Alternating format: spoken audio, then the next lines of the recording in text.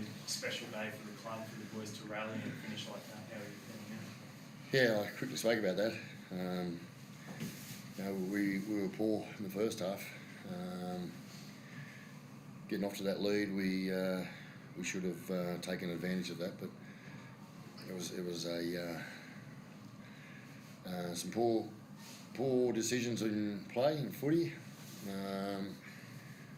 I think we were a bit entitled in that last 25 minutes in the first half, and we weren't prepared to work hard to earn what we had to do, and that was basically what we spoke about at half time. And then after the game, I said that we turned it around, and it was a day we had to turn it around because we're playing for a lot of people here in regards to who's played in our jumper before and played in our number. We had to turn it around and show us a little bit of pride in the jumper itself, and they did. I was really happy with the way we dug deep into the second half and played better footy. You've always been speaking a lot about the history of the club, but did you talk a lot about it this week and having those old guys here? Oh, not a lot, but yeah, we did. We had one of our meetings. We had a special video made up of a number of the players that are here today. Some of the older generation, the younger generation that have just retired over the last 3, 4, 5 years. But we, as a club, we actually do it quite a lot.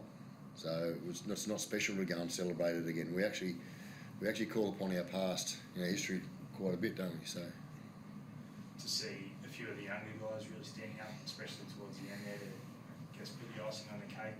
Happy with how they all finished off. Yeah, as much as we want to keep, as much as we want to win, I don't lose sight from coach's perspective. I don't lose sight of the fact that, I walk around the change room there sometimes and I'm seeing 4, 5, 6, 22-year-olds, 23-year-olds all gathering around talking about how they're going to get into the game and what they're going to do, etc.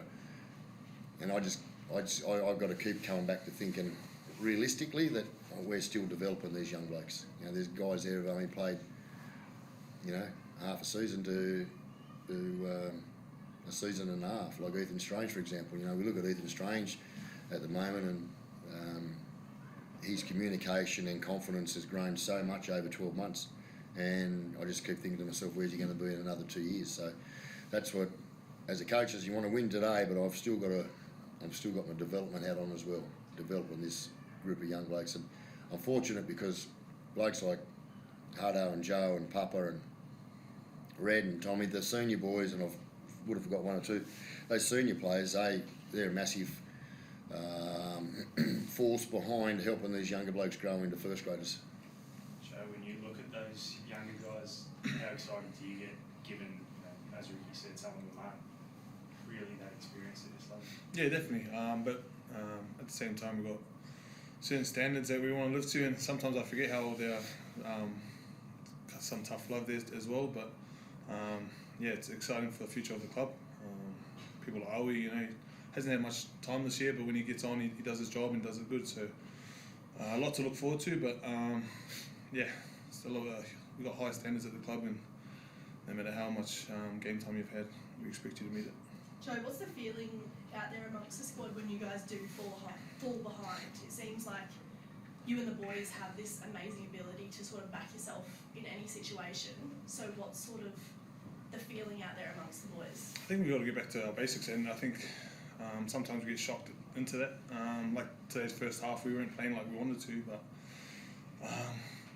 we try to stay calm and recollect and get back to what we do best. I think we probably got too overconfident when we scored 2 early tries. I think we got to work on that from the weeks going forward, because when it comes to finals, it's not going to be that easy to come back.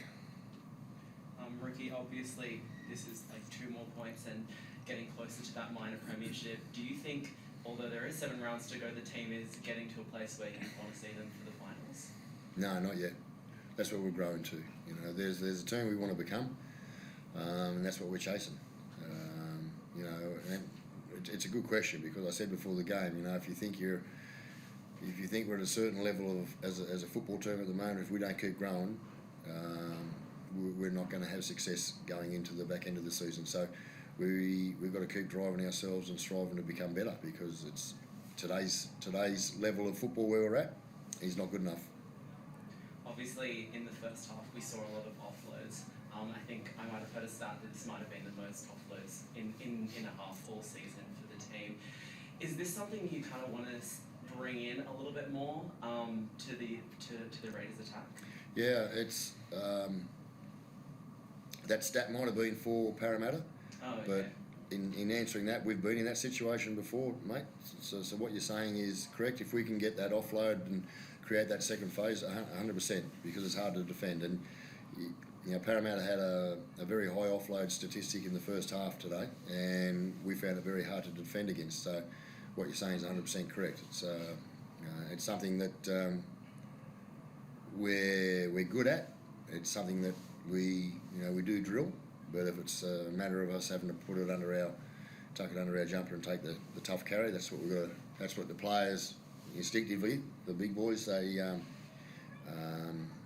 get that gut feeling for that carry, what they need. Another 20,000 plus crowd today, Taps. Probably the first time in your career you've seen so many games with so many people. It must be a good feeling for the team to have that support. Yeah, definitely. Especially for those younger fellas going into finals as well. But I think us as a team and this town, they really get behind us, and we've got to pay them back for our performances, and I think we're doing that. But like Stick said, we've got to be better as well. But we thank them for coming out. It's always cold, or today was pretty nice, so it's a good thing for them that we got the win as well. We saw Xavier and Seb come off in those last sort of 10 minutes. Both had amazing games in both attack and defence. Xavier looked a little bit frustrated and upset coming off. Is he all good down there? Yeah, I think he went really well in his test, his examination at the end of the game. I haven't spoken to the doc about either of the boys, but talking to Xavier after the game, he was seemed to be okay. So as I say, I haven't spoken to the medical people yet, so we'll wait and see where they see the boys. Thank you.